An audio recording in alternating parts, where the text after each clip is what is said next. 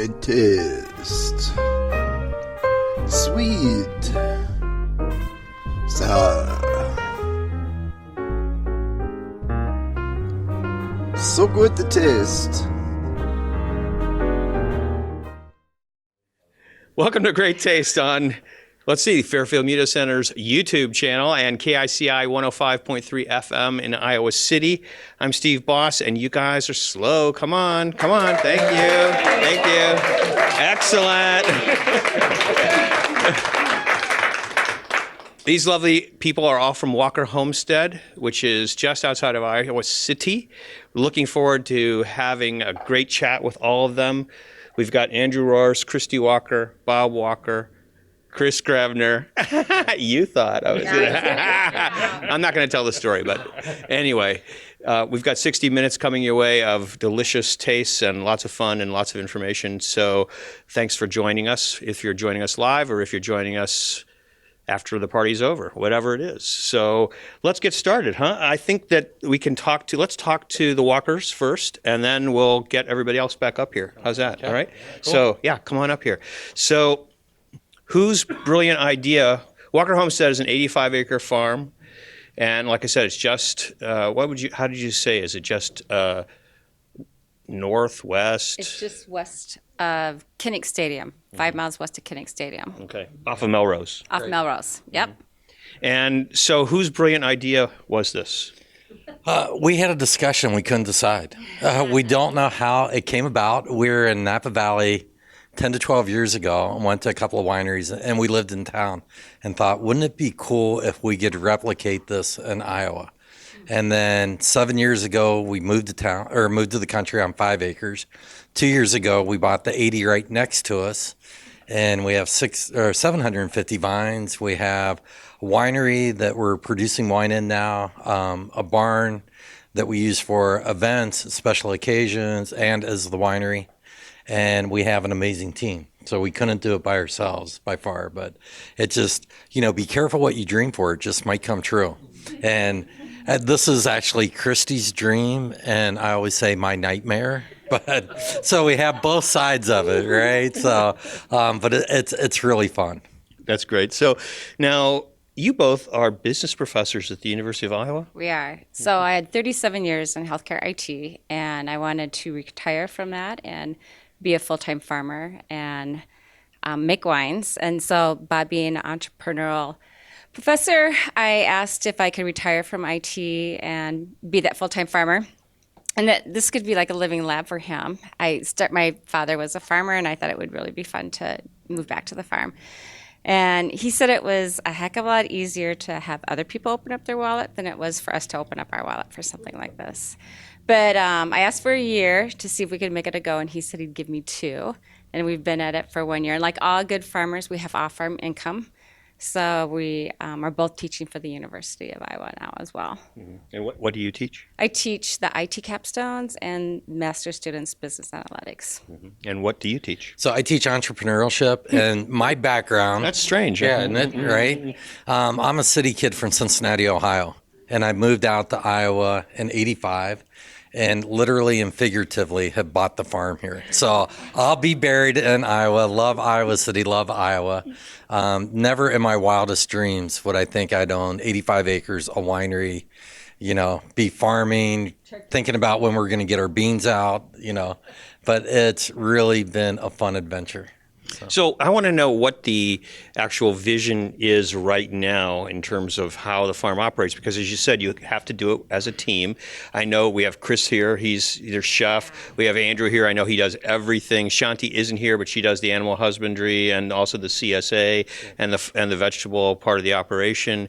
So how does that work? It takes a village, and especially on smaller farms that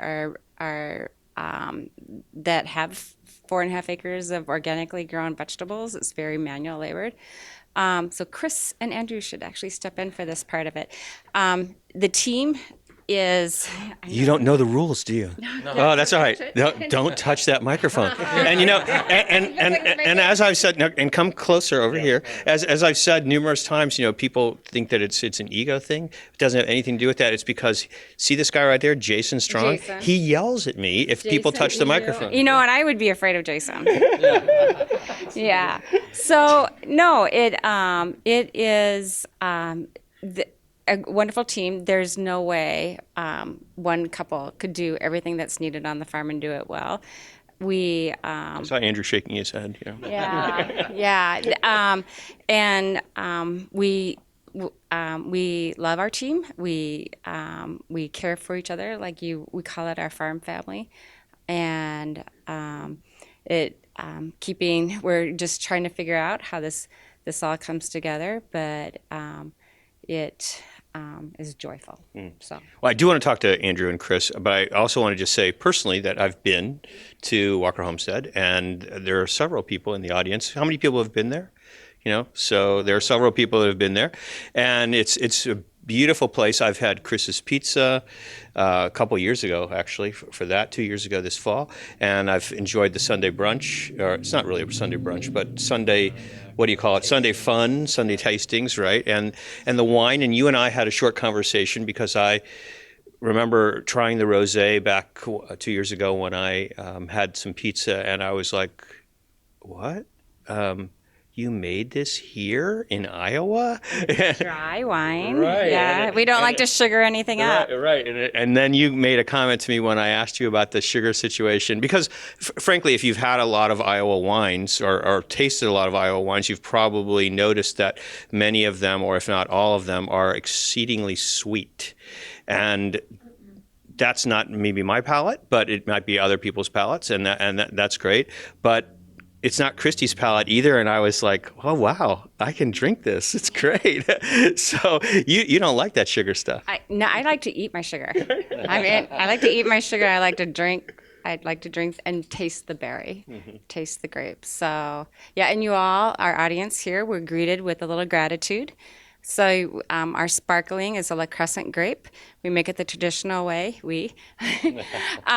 that you have a second fermentation in the bottle, and you trundle it for at least a couple times a week for 6 weeks at least, and then you recork it, and it has those tiny, beautiful little bubbles.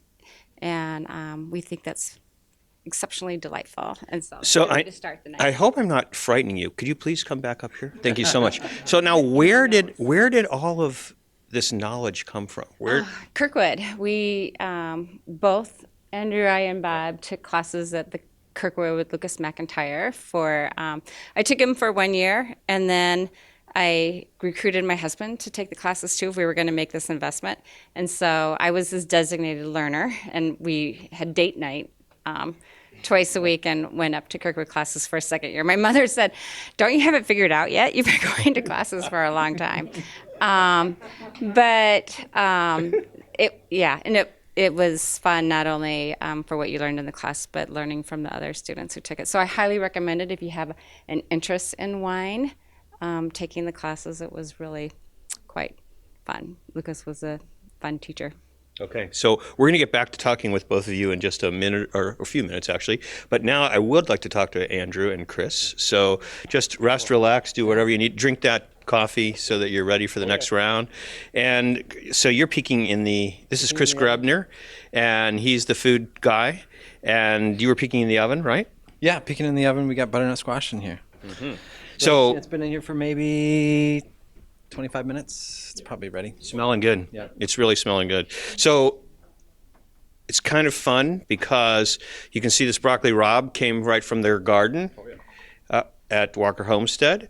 And let's see, there's going to be focaccia also that you're going to show everybody how to make. Yeah. And then we have the butternut squash, which came from everybody's. Yep. And we're always thankful for everybody's to supply all the ingredients. And I see a worried face on Jason's. Jason's got a worried look now. So our live stream stopped. Well, luckily everybody that's here doesn't have to worry about that. So that's good.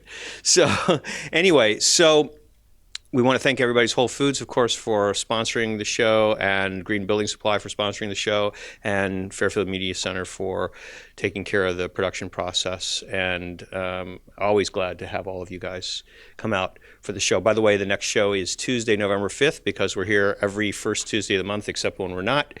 And the guests right now we're going to do Indian, and Sabita Sahani is going to be here, along with another either one or two guests with her, all doing Indian. And also a little bit later in this show, Stuart Valentine is here, and we're going to hear about this new recycling effort that's going on at Everybody's. He's going to tell us all about it. So looking forward to that. All right. So Andrew Roers, I met you probably, 5, 6, 7 years ago when you were playing, making pizza at Lincoln Wine Bar, right? Yes, and sir.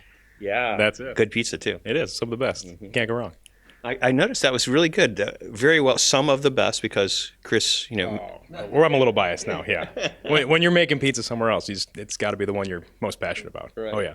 So tell me, how do you participate in all this? I know that you do a lot of everything. So Realistically, how it all started, Chris and I met actually working at the Lincoln Wine Bar. We were making pizzas there. He was taking off, moving on to other things.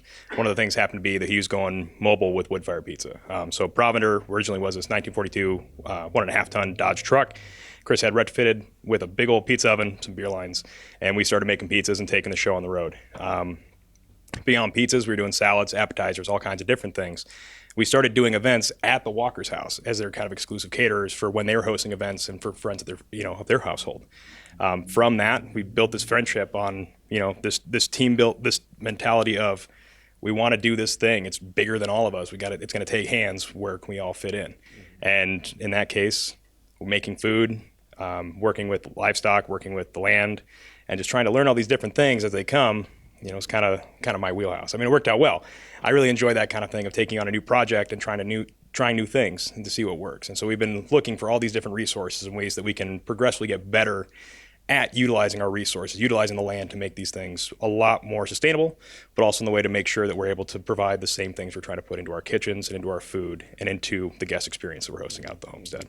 And so right now at the homestead, people can come on Sundays from 12 to 5, is it?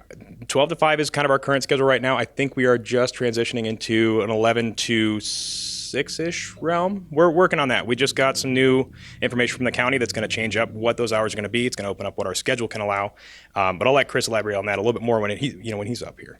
Just because it is a constantly moving thing. We're really trying to work closely with Johnson County to make sure that we're staying above board, making sure everybody's happy, and making sure that we're still able to do the same fun things we're trying to do with the community. Sounds great. I better get talking to Chris then, right? Yeah. Okay, sounds like a plan. Okay, so tell us a little bit about your background. Yeah. So my background, my culinary background, my wife and I moved out to Portland, Oregon. God, I don't even know how long ago. And I went to culinary school, the Le Cordon Bleu school out there. After finishing school, I worked in a handful of restaurants in town for about 4 or 5 years, and then we moved back to Iowa. From Iowa, had to make the choice to put down roots in one place or another, and our families are here, so it seemed natural to us. And I had never been in the state in the context of food, and so we spent that winter calling up farmers and visiting them over the winter to just meet some of the local producers, and eventually started a seasonal dinner series called The Farmer's Table, where we found a host and then purveyed the food from 20, 30 miles around that host, opened up reservations to the public, and with the hopes of bringing the consumer and the producer to the same table. It seems like a natural place for that to happen. So, and that's actually how I met Bob and Kristy. They came to one of those dinners and said, hey, can we host one of those? And then they hosted another, and then they hosted another, and then we started doing parties. And I remember actually just recently I was looking at pictures, just flipping through old pictures, and there's one photo that we're sitting on your guys' back porch.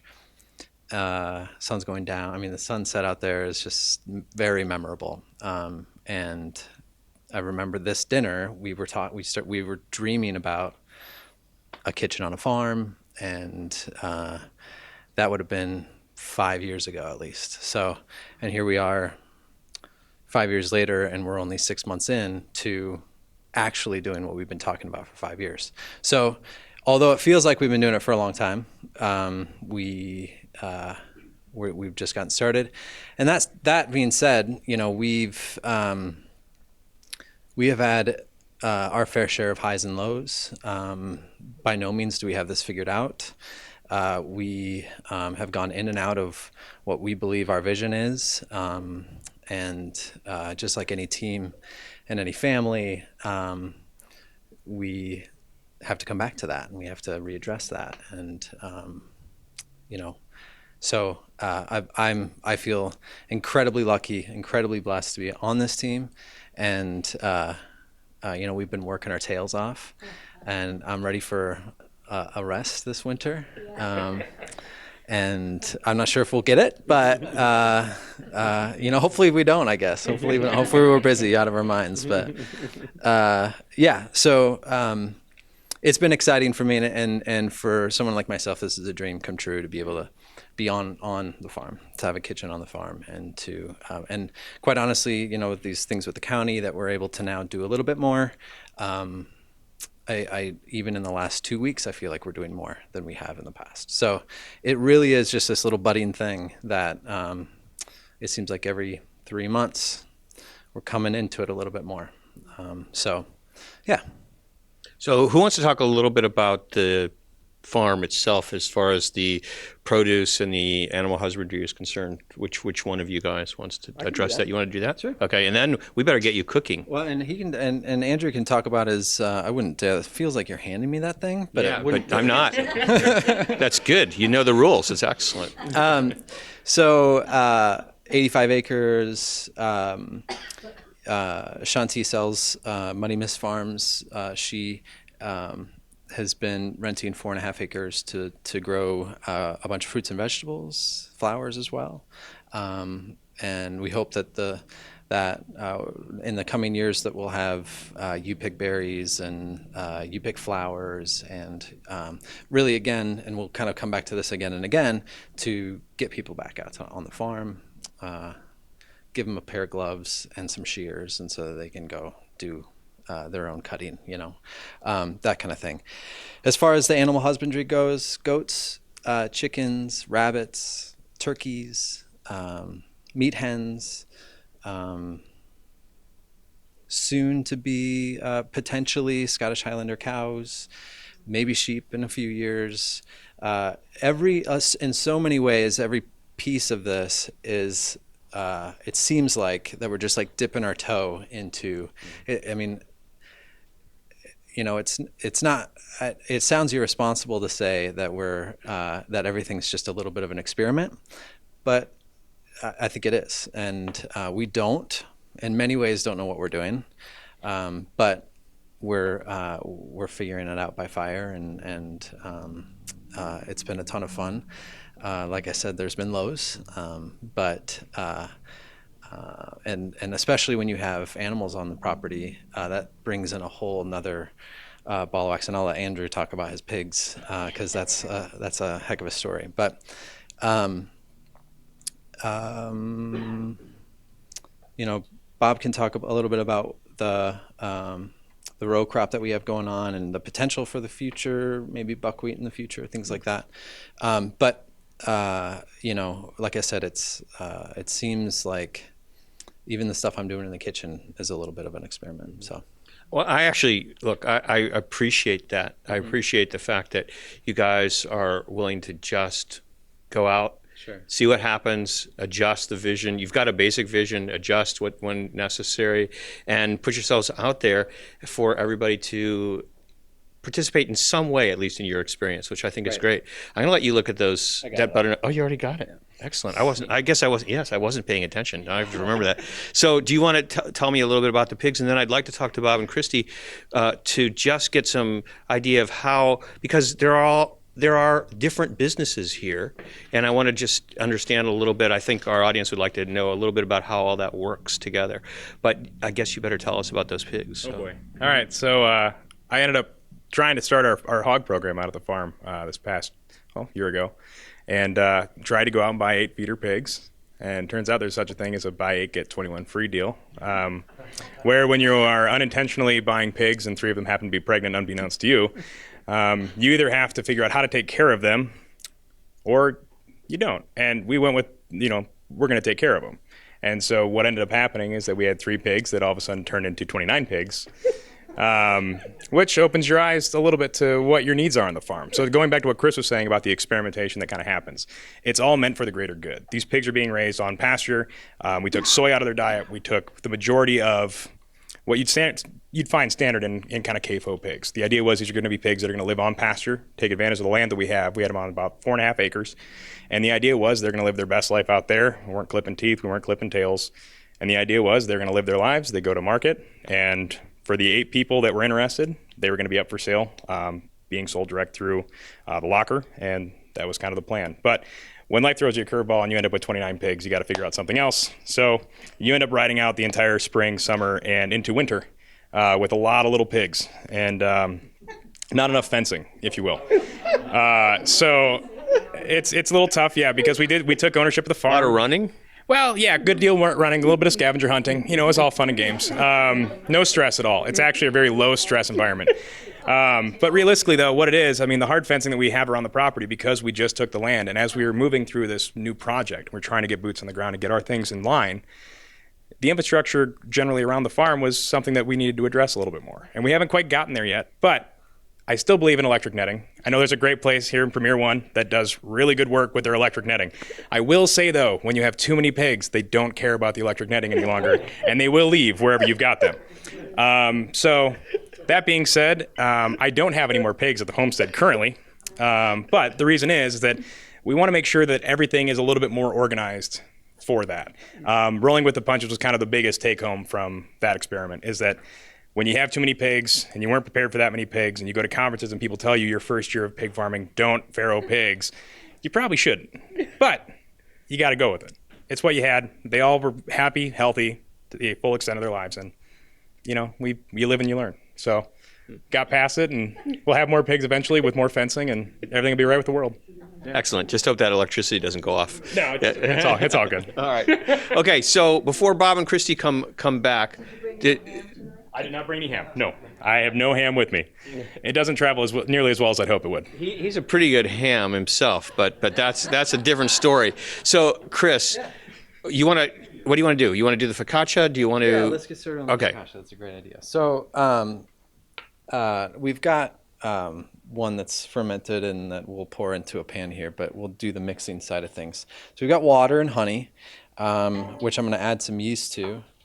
And typically, if you could, you would want to give this a minute to let that yeast, everything right? Insect, yeah. Flying insect. Yeah, we brought the farm here. Yeah, that's right. Warm water. Yeah, warm water, ideally, room temp, nothing crazy. And, you just want to give the yeast a chance to get happy and get going. And, that'll get bubbly. If you wanted to throw some flour in there to give it something more to chow on, and then a little bit of oil. Focaccia is if you're not familiar, it's a type of a flatbread, a pan bread, and there's about 100,000 ways, maybe 100 ways to make this based on where you are in Italy. So we've got flour. We've got oil, we've got salt and yeast, and this dough in particular is a very wet dough, but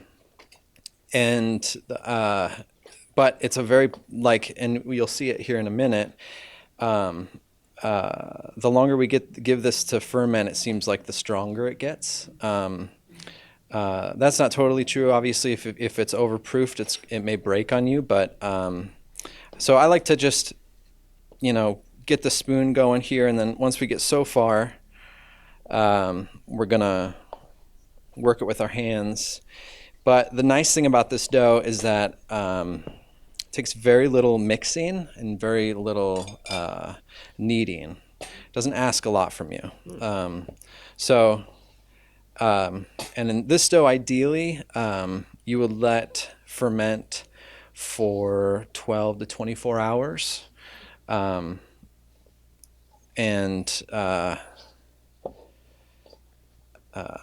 This dough that we're doing here tonight, it's been 8 hours. So there's no magic to that.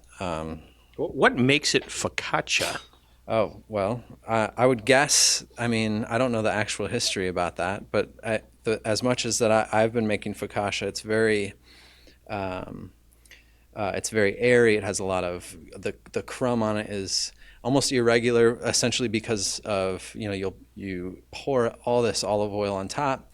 I like to put salt and herbs on top, and, you do all these little fingerprint pricks in it.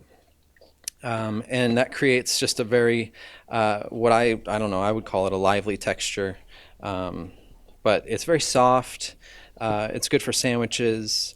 All three of the things that we're doing tonight are things that we do out at the winery. So this is essentially our house bread at this time. In the winter, we'll probably change over to some sort of whole wheat of some sort, but. What I think is, I'm glad that you mentioned that it's good for sandwiches, because I don't think that people generally think about focaccia and think about sandwich. But if you want a sandwich that has good texture and maintains its integrity with no matter what kind of wet ingredients you're putting in between it, focaccia is like perfect, right? That's right. Yeah, most definitely. And it's because of the salt content that's in the dough and the salt that I like to put on top. It's just got a lot of good flavor, and it packs its own punch, And there's a few styles that I've seen more recently that will actually put a brine on the top of the focaccia before it goes in the oven. So after we put on the pan of the final shaping, you do the holes, do the oil, do the herbs. Right before it goes in, put a brine on top. And when you say a brine, what do you mean exactly? Salt water. Just salt water. Salt water. So you can do that with nuts if you want the salt to really adhere to the nut. But the oil and the salt stay, but the water evaporates, and so you have this delightfully salty crust. Sounds wonderful. Yeah. Now, how long are you going to need it? This is it. I'm done. That's it. Yep. Okay. So we've just got this mess of a mess. It's nothing special here.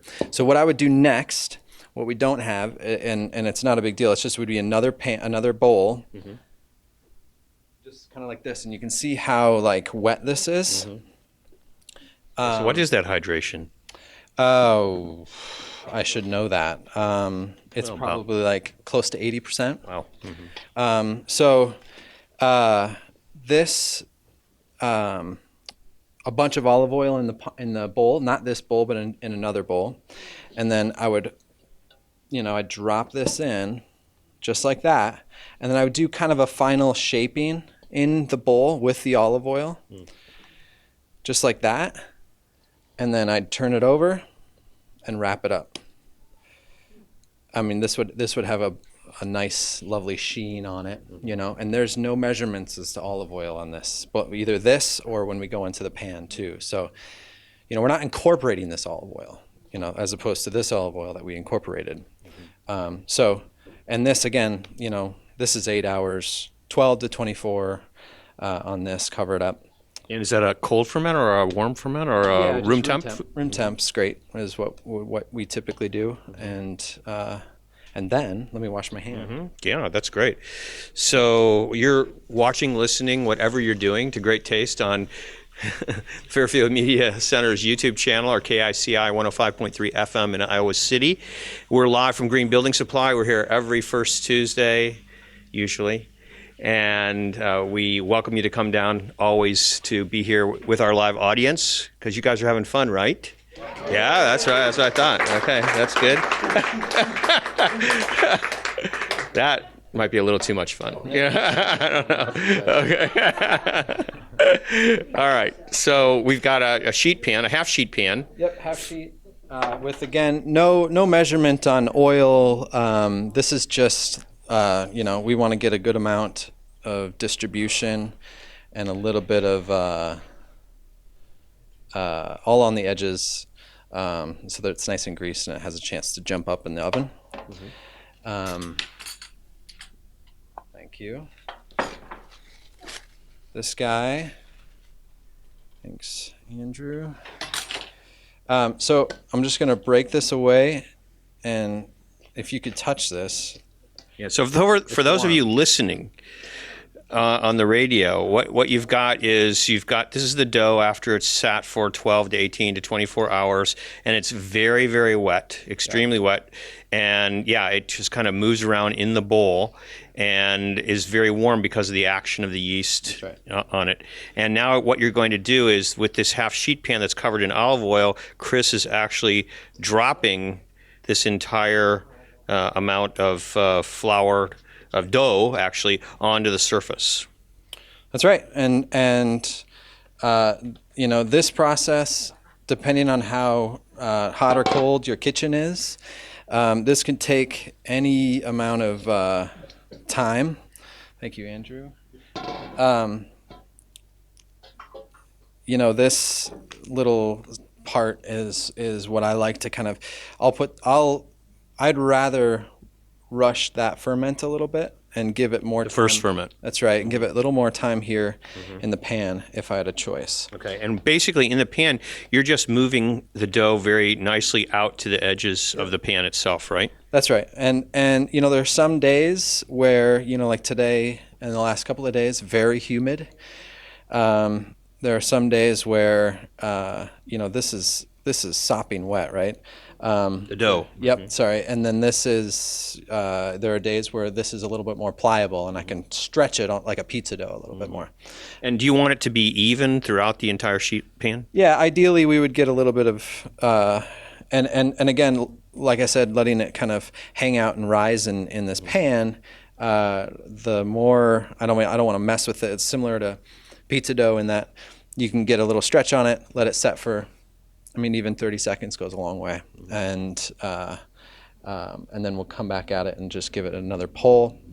You're just pulling it out to the edges again and letting it rest, and then pulling it again until you get to the point where you've got it spaced to the edges and it's about the same thickness throughout. Yep, that's right. There's no magic here. So, this is something that I feel like it's easy. When you think about bread baking, there are obviously some exact measurements here of yeast and flour and water and all those things, but the amount of handling, this is messy, and so if you're not that precise person, then this might be perfect for you. I think it looks perfect. So anyway, so we've got 800 grams of flour, right? And we've got 14 grams of yeast. And can you tell us about the water again? Because I don't remember. Yeah, I don't remember either. So 600 grams of water. Okay, 800 grams of... No, 800 grams of... Right, 800 grams of flour. Water. And 600 grams of flour. Oh, Yeah. 800 grams of water, right? 600 grams of flour, and we're using bread flour, right? All right, Yeah, this so is bread flour. And then we've got 14 grams of yeast and however much olive oil, 15 grams of yeast and however much olive oil that you need, and yeah, quite a bit. Now, about the olive oil, do you want to use the best olive oil? The best. In the bowl, when we're going for that first ferment, maybe you use whatever you've got. That's fine. The stuff that goes in the dough and the stuff that's in this pan, you want to use the best. And we're using Harvest Oil and Vinegar. It's a premium, ultra premium olive oil, and has great flavors. This is where that shines. This is where olive oil shines, really, is in bread like this. And then we're going to bake this, or how long is it going to sit now for in this? I'm just going to give it 3 more minutes, and then I'm going to put some Maldon salt on top and some rosemary, and then we'll throw it in the oven. So Maldon salt, rosemary, thrown into a preheated oven at what temperature? 450 for, maybe like 20 minutes or something like that. We want some good color on the top. this oil on the edges, it almost fries the sides. It really kind of gets going. The bottom looks like the bottom. Yep, it just gets this really nice sheen crust on it. You don't want it too low. You don't want the oven too low, otherwise. It's nice when the bread absorbs that olive oil, but you don't want it to be soggy. So nice and hot helps that. And are we putting it in the middle of the oven? Yeah. Mm-hmm. Yep. Sounds great. Looking forward to it. Now, I do notice that it's pulled away from the sides a little bit. Are you concerned about that? Do you want to? No, do we need to keep it relax? Okay. I'll let it relax, and then I'll give it that tug again. One more tug before you put it in the That's oven. Right. Okay. Yep. One more tug, and then we'll do the olive oil. Or I'm sorry, there's no more olive oil going on this. We'll do the salt and the rosemary, and then the distinctive indents of the focaccia before it goes in the oven. So, I want to tell everybody how you're going to do that. Is just with your fingers. Just fingers, go crazy. Let it go. There are when I'm making this in the morning, I'll forget that it's in the pan, and I'll come back to it, and it's it's up over the pan here, and so I really kind of have to get after it to get it back in the pan, because I know that once you put that in the oven, it's going to pop up another little bit. That wild and crazy focaccia. That's right. Yeah, that's right. Thanks. All right, we're going to come back, talk a little bit about broccoli rabe and also about butternut squash in just a few minutes. But before we do that, Stuart Valentine is with us, and could you come up? That would be great. So tell us a little bit about this new effort, new recycling effort that you've enlisted the assistance of Everybody's Whole Foods with. Sure. Well, it came about through a relationship with a company called TerraCycle out in Trenton, New Jersey, founded by a guy named Tom Zaki, who 12 years ago basically left his undergrad Princeton program and said, I am going to craft a company that makes the whole concept of waste obsolete. And at this point, he has over 50 of the world's largest corporations as clients, because they all understand that they're generating the plastic waste and the landfill waste. It's got their labels on it. And if they don't get out in front of this, we are going to continue to have a mounting problem. So it's a matter of what you might think of as going from what used to be a model of take, meaning mine, extract, make, and waste. Take, make, waste. You can think of it as the old style from the last 200 years of a linear economy.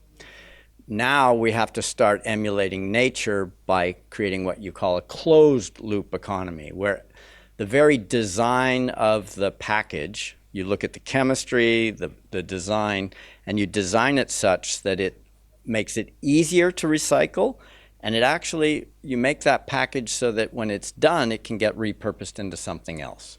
So this is simply emulating nature, and frankly, if you think of humanity over the coming 1,000, 2,000 years, it's not going to be a bigger Mount Everest of waste. It's going to be how to repurpose the waste and recapture the energy that went into the packaging to begin with, and making it usable once again, just like nature. So it's a biomimicry-driven process, and what is really quite evident at 7.7 billion people is that we're waking up to the degree of the challenge, but also waking up to the opportunity. So TerraCycle Fairfield is to bring all of our awareness up to rethinking about that throwaway habit that we have, and instead make available collection facilities for hard to recycle waste that TerraCycle, through its relationships with companies, makes available. So whether it's batteries or razors or toothbrushes, L'Oreal makes vast quantities of packaging for makeups and eyeliners and whatnots. They sponsor a full suite beauty care. So all your beauty care products, all your toothpaste, toothbrushes, razors are all items you can now drop off at Everybody's in the marked bin, and that will go off to specialty recyclers to turn it into net new products. Wow. And I suppose that any community can get involved in this. And do you have the information as to what they need to do? Yes. Well, TerraCycle.com, TerraCycle, TerraCycle.com. I think they have over 65 specialty recycling programs that you can get involved with. In the last decade, they have run programs in over 40,000 schools in the United States. They have a wonderful curriculum and gamification of this for kids that is a friendly contest to turn old toothbrushes into new playground equipment, for example. And we could do that here. This is just the beginning. We're in discussions with Fairfield area manufacturers, the Fairfield High School, Marishi School.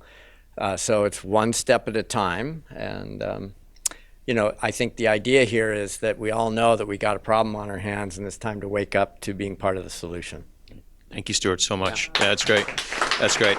And thanks to everybody for participating in this. And we can all participate, obviously, by checking out those containers there in the lobby, the front entry lobby at everybody's, and the library also. And, of course, anyone who's watching this from another community or listening to it on KICI, you now know TerraCycle.com. You can get your community involved in this. All right, so Bob and Kristy, let's talk a little bit about how everybody participates, you know, in this model, because it's interesting, you know, to hear that you guys have your jobs, and we know that Chris has Provender, and Andrew is everywhere with everybody, and Shanti has the garden and the animal husbandry. So it's very fascinating, because what we've got here is essentially a model, an evolving model, right, for a new way to look at rural farms, right? Small rural farms. Yeah, so our mission is to educate people about agriculture education, and to build community is our mission statement, and culinary delight. And we look at it as we're kind of a mall. You know, we built the infrastructure, and then when you put together a good team of people on that mall, we don't have the expertise that Chris has. We don't have the expertise that Shawnee has. Andrew might outwork us on every day, but you know, we look together at how we do that. So, you know, they run their own enterprise. We own the 85 acres. We start off with traditional corn. Last year I did traditional beans, did non-GMO corn last year. I put in 25 acres of alfalfa hay this year, and then 25 acres of non-GMO beans. We want to transition to organic. As Chris mentioned, we're learning every day, and I realize how not smart I am every time I farm. And our neighbors, not only our team here, but our neighbors right next to us, we couldn't do it without them. Just a great community.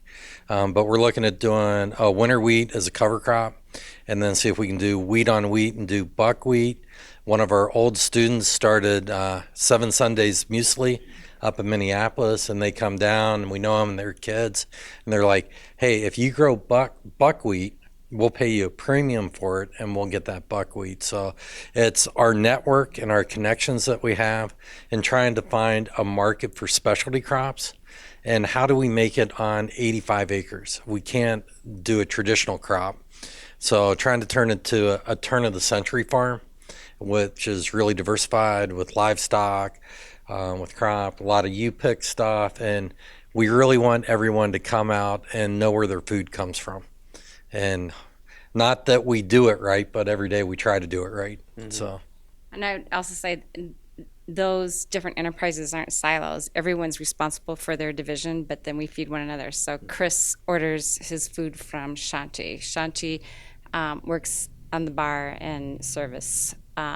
We all help each other work through all of it. So even though you have your own enterprise that you're responsible for, we're buying from and supporting one another with, so anything Andrew does for us, we're paying hours for. That being said, so one of the challenges are to really make it on a small farm, you need value added. If I sell my grapes to you, I can only get 50 cents a pound, but if I sell you my wine, beautiful sparkling that you guys already had, and we have a lot more coming for you. I'm buying my grapes from you at 50 cents a pound. Yeah. Okay, maybe it's a little bit more. You get significantly more money from that value added. And we talk about Shanti growing that carrot, you might get paid $1. But when Chris or Andrew makes it into this beautiful salad, you get $10. And so that model, that's one of the things that we're struggling with on how to be fair for all the hard labor that people are doing, that they're making sure that everybody's getting a responsible income from it. And so that's the model that we're playing around with, and how do we migrate it so everybody's got a little bit of that value added. Yeah. I was talking to with Matt Sagerwald a few weeks ago. We were talking to a couple of his farmers that he buys produce from, and that was one part of the discussion. Was people come to the farmers market, or they want to know, and they see the carrots, and it's like whatever, $5 or something for a bunch of carrots, and they're like, I don't understand, why am I paying $5 for a bunch of carrots? And the answer is simply, I'd love to be able to show you what went into producing these carrots. And so for me to make a living, I've got to be able to get a certain amount of money for those carrots, because it's not like just going to the grocery store and buying a bag of conventional carrots. Yeah, especially when it's done organically, and yeah. So that's the model we're playing with for next year on how to do it so that everybody's enjoying or having the benefit of the value added, so that everybody's we're getting everybody a little bit further ahead. And I know that part of this whole thing, and Bob, could you come on this side if you don't mind? I know that part of this whole thing is also being able to make this kind of food available to everybody in the community, people who may not have the kind of discretionary income to buy it. And so that's probably also part of your thinking process. Right, it is. And how do we do that? And having people out on the farm to help harvest and help pick bugs off plants. And, I look at Shanti and the vegetable farmers, and I have the utmost respect for the hard work they do. I like driving green tractors. That's my thing. Man, they are out there just working in the field all the time. So it's really hard in all types of weather, and just the utmost respect for their hard work. And when you look at that bag of carrots or the salads and everything, yeah. So what Shanti does is people can work for their CSA share, and so that you can't have everybody working for it because you need somebody paying. But that is how you can make it more accessible, that people can work for their food as well. I see Barb Sieren here. Could you come up for just one second? I'll introduce you to Barb. She's with Back to the Basics. Now, you guys stay up here. Let her come up here, and we'll all share this together, and we'll all step a little closer. And I know she can relate to exactly what you've been talking about, because she is out there along with Rick, I'm sure sometimes, right? Yeah. And working to grow all these different crops all the time to go to the farmer's market on Wednesday and Saturday. Right. Well, I don't know if everybody knows me here, but we own a 50-acre farm just north of town here, and I've been doing this about 20 plus years. And so I kind of know what you're talking about. We grow non-GMO corn, and my husband stages it out 4 rows a week so we can have it till the end of, we just got done with our last yes, we're all crying. Last Wednesday. So then people come through and they say, how much is your corn? Well, $3 a bag, which is a half a dozen. And they're like, that much? And I'm like, well, the seed wasn't any cheaper for us, and the labor's not any cheaper. It still takes the same amount of time and it costs the same amount. So, I pretty much know what you're talking about. So. Yeah.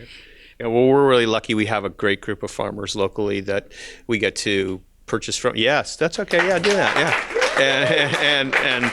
And Barb's one of the stalwarts, so we're really glad. So thanks so much. And actually, even though if you're watching this, it's probably not going to, it's probably going to be too late. But just in case, are we live streaming again? Oh, okay. So just in case you're watching this on the live stream, October 3rd and October 10th, Barb is teaching a class at the, I don't even know how to say it, the ISU. Jefferson County Extension Office out here at the fairgrounds. I'm going to be demonstrating the Instapot.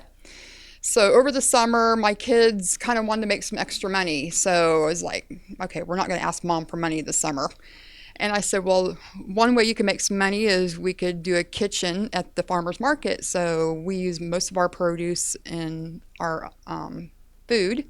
And people were seeing that I was cooking with the Instapot, and they were like, Oh, I would love to learn how to use the Instapot. So when I was asked to give classes out the extension, which I've done before, I thought, well, the Instapot it's got to be. So that's how that all come about. So. Yeah. So I'm looking forward to it because I know that one of the members of our audience bought one recently. He's pretty excited about it. And I have stayed away from it because I like to take my time in the kitchen and stuff. But I'm really looking forward to it. So I'm going to be there and assist, try not to, host. Yeah, I'm going to do that. Right. So, questions and I'm pretty excited about it. So. Yeah. All right. Thanks so much. And how do people just show up or what? Mostly on the flyer, there's 2 phone numbers to call. The last number on there is mine, or you can tell me tonight if you want, and I'll get people written down on the list. So far, we have 22 signed up, and I was hoping to have a couple Instapots to give away, but so far Walmart hasn't come through on that. So we'll leave that in for sure. So thank you, Barb. Thanks a lot. So if you're seeing this and it's past the date, you can contact Barb, Back to the Basics Farm, and say do some more classes on the Instant Pot. That would be great. All right. So I bet we better get this focaccia. Yeah, Chris is going to get this focaccia. Good. Yeah, it's looking awesome. Actually, it's got the rosemary on top, and you're gonna pour some wine. So you want to tell us a little bit about, before you do that? Can you tell us a little bit about the different wines that you're making? Wine and I'll talk. Okay, because it's too good. Okay. Everything we do at the farm is Iowa. So we have, like I said, 750 vines, but we also buy grapes all from Iowa. We want to make the best Iowa wine possible. We're not importing in Merlot or Cab or Zinfandel grapes or juice. So the grapes come from all over the state. Can I just stop you for 1 second? And the reason that that's important, what you just said, because many people may not understand this, a lot of Iowa wines are made that way, where they import the juice, they import the grapes, that type of thing from outside the state. Yeah. And actually, before Prohibition, Iowa was the number 6 wine producing state in the nation. So trying to bring it back, then we got into row crop and seeing what we can do with that. So what you all started with is a sparkling, and Kristy went into that, a La Crescent grape from Mount Vernon. What we have now is a Traminac grape from around the Fort Madison area. And we don't add any sugar to it. All of our wines are single varietals this year, or the 2018. 2019, we have about 700 gallons in our winery right now, and we're going to try some different blends. So we really want the fruit to come forward, and you get to taste it. And I'm not a big white wine fan, but when this came out on a hot day like today, it's like, yeah. And I just got off the lawnmower before coming down here. But I drove, so I didn't have any. But I was thinking this would be a great time for that wine. So we call it Sunkissed. How long have your wines been growing? So I have to repeat that because people can't hear it. So how long have you been growing grapes? So the grapevines behind our house were actually planted. We planted them before we bought the land. We bought it from a neighbor, so he let us plant that. So that's been over 7 years. The ones by the winery have been 2 years. They're a year old when we get them. So it was the first fruit that we harvested this year on them. So out of 600 vines, we got about 900 pounds. And, one of the things we talk about, this is an experiment for all of us. I would encourage you guys to come out often, and literally watch us grow. You can see the vines grow, the animals, doing all kinds of good stuff. You like that? Yeah, for an Iowa wine, right? An Iowa white wine. Again, we don't add sugar to it. We like to make stuff that we like to drink. So, if y'all don't drink it, we will. But well, what I like is to see people's faces who I know drink wine, and they taste this and they go, "What? This is Iowa? Yeah. That's great." It's just it's so nice. Kristy, can I see the bottles real quick? So, Chris, make sure you're close by because we got to talk about how you're going to make this broccoli rabe after Bob has his final say here, and also what you're going to do in the blender with the butternut squash because we only have like about 5 minutes. Okay. So this is our sparkling. Chris talked about that. We had our white wine. She's pouring right now our rosé. That won a silver medal in the Mid-American region out of 18 states. So one of our first wines. We entered in a competition. We didn't enter any of our wines in this year. We were kind of busy getting the winery up and going. So next year we will. The other wine that we have here is Find Me. If you like GPS, it has the waypoint to our vineyard, so you can put that in your GPS coordinates. It's a Cara Noir grape, again from the Fort Madison area, single varietal. It's in kind of the Pinot Noir area, and we have wine memberships out in California, and I get those wines in my wine, and it's kind of like, yeah, this isn't bad. Maybe I'm a little biased, but it kind of stacks up. So I can't wait for you to try that. And then we did a port style wine. It is our estate cuvee. We have bees as well, so we put the honey from the bees in there. And I can't wait for it to get cold. And I'm sitting by the fireplace with a book and a bottle of the cuvee. So that's my idea of a perfect night. So. And nobody mentioned bees. We raise bees on the farm as well. And so it's the honey from the bees that is in the cuvee. Thank So you both. that one is sweetened. Yeah. Okay, Chris. Thank you both so much. Chris, tell us what you're going to do. I think you might have to move that a little bit closer just so we can see what's going on here. All right. So butternut squash broken down into some little chunks here. So for tonight, especially to kind of expedite the situation, roasted for about 25 minutes, hot oven. Ideally, we work with wood fire and typically a very hot oven, and so I love it when there's some charred bits all over this thing. It just adds a little more depth of flavor. Right. But otherwise, at home, 450. 450, 500, and I like to put it, as the oven's preheating, I preheat the pan. So, Would you actually finish it off with the broiler or not? To get a little bit of that? Yeah, absolutely, definitely could. Yep, for sure. Okay, so what are you going to do with this? You've got it in a Vitamix, so anybody could use a blender. That's right. And does it have to be? You've got it chopped up into like a large brunoise, I guess it looks like, or Yeah, I've got like a small dice on it here, and we're just gonna, if you have a Vitamix or a food processor, a food processor would be ideal. You have a little more surface area on the bottom, but we'll add some amazing olive oil. Okay, some olive oil, and what are you doing? You're just going to puree it? Is that basically it? We're just going for as smooth a puree as we can. And you're going to and so it's just going to be like just a little pureed butternut squash, basically, as a side dish. That's right. Yeah. So Sounds perfect for Thanksgiving. Yeah, absolutely. Little wine vinegar. This is red wine vinegar, sherry vinegar, balsamic vinegar. We're just going for a little bit of tart. There we go. It kind of brightens things up. So just a little bit of vinegar, plenty of olive oil, maybe about 5 or 6 tablespoons, something like that, maybe. And this is 1 or 2 large butternut squash, 2 medium to large butternut squash. That's perfect. That's great. While Chris is doing that, I just want to remind everybody that the next show is Tuesday, November the 5th. It's going to be Indian night with Sabita Sahani and some other people, so it'll be really fun here. First Tuesday in November. We want to thank once again everybody's Whole Foods for contributing food to this show every single month, and Green Building Supply for hosting us, and Jason Strong of Fairfield Media Center for taking care of the production values. We're really happy. And Sasha, of course, is helping us out here at Green Building Supply, so thank you all so much. All right. So we're just going for a good puree here.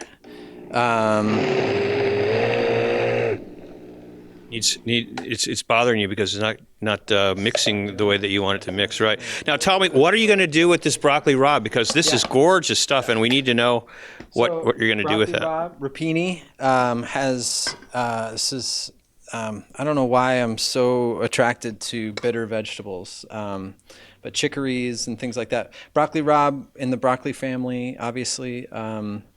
This is the last cutting that we'll get this year off of Shanti's piece of the farm. Everybody's doing this these days. That's the flowering. Yeah, the flower. We're going to seed. So it's going to these fluctuating temperatures are really causing this to just be done. So we're gonna. I've got a pan in the oven that has been preheating. I'm gonna walk around you again and again. I'm going to follow you. One more time. It's really too bad if you're listening to this on the radio, you can't see the craziness. So generous oil, Generous olive oil on top of that, and salt. some salt. This is Malden salt. You could do kosher. You could do whatever. I like big crystals. And then just mixing it by hand. Yep. Mix it up. Get a good dressing on that. And it's really not rough chopped at all. It's the whole leaves, the whole stalks, yeah, everything. So the stalk on some of these, is very, very thick. But the leaves, as well as these buds as well, the whole plant's edible. So now we've got a 450 oven. Excuse me, Steve. And we're going to put that in on a sheet pan. This is a preheated sheet pan, and it's going to take about how long? Again, ideally, I would do this at 500 or more. I love doing this with an open flame. But we want some good char on this. This is this overcrowded pan for sure. But we're going to do it. Don't overcrowd your pan. And it's going to take about how long, do you think? 5 minutes. 5 minutes, okay. Yeah, and again, we're going for, if you've ever made like kale chips in the oven, we want crunchiness, but we also want tenderness in the stem and in the buds as well. So. Chris, thanks so much. Yeah, it was great to have all of you from Walker Homestead here. Everybody, go out, check it out when you get time on a Sunday. Terrific. Thanks so much. I want to just say one more time, you've been listening, watching, whatever, to Great Taste on Fairfield Media Network's YouTube channel or KICI 105.3 FM in Iowa City. I'm Steve Boss, and thank you for tuning in.